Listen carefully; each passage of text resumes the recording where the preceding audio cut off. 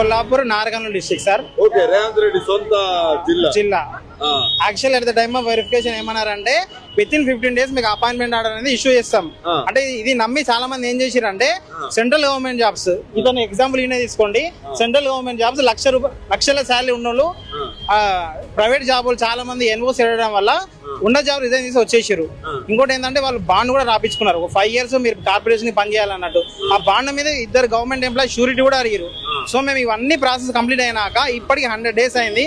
ఏం సార్ మా జాబ్స్ ఎప్పుడు ఇస్తారంటే మాకు కూడా తెలియదు, మాకేం సంబంధమే లేదు, కావాలంటే పోయి గవర్నమెంట్ అడగండి, గవర్నమెంట్ దగ్గర డీలే ఉందని వాళ్ళు మాట్లాడుతున్నారు.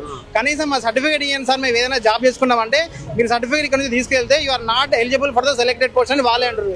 మరి ఎట్లా బతకాలి సార్? ఉన్న జాబ్స్ బాయ్, వేరే జాబ్ ఏదామంటే సర్టిఫికేట్ ఇవ్వట్లేదు. మరి మీ జాబ్స్ ఎప్పుడు ఇస్తారా అంటే అది కూడా చెప్పట్లేదు.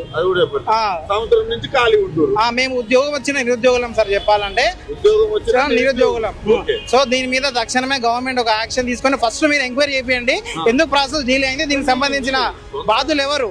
సొంత జిల్లా ముఖ్యమంత్రి కలిసే ప్రయత్నం చేయకపోయినా మాకు అంటే సీఎం అపాయింట్మెంట్ అనేది దొరకట్లేదు సార్. మీరు రోడ్ల మీద ఎందుకు వస్తున్నారు? సీఎం అంటున్నారు అసెంబ్లీలో, డైరెక్ట్ నేను 1000 మందిని కలుస్తాను. మేము PCC chief Mahesh Kumar Goud sir కలిసి కూడా మాట్లాడిచ్చినాం sir. Still there is no progress in our process. So ఇంకా ఫైనల్ గా రోడ్ మీదకి వచ్చి కూర్చున్నాం. కనీసం జనాలతోనన్నా చూస్తే కన్సర్న్ మినిస్టర్ రెస్పాండ్ అయ్యి మాకు అపాయింట్మెంట్ ఇస్తాను ఒక చిన్న ఆశతోన పీస్ఫుల్ వచ్చి ప్రొటెక్ట్ చేస్తున్నాం అంతే సార్. ఇక్కడ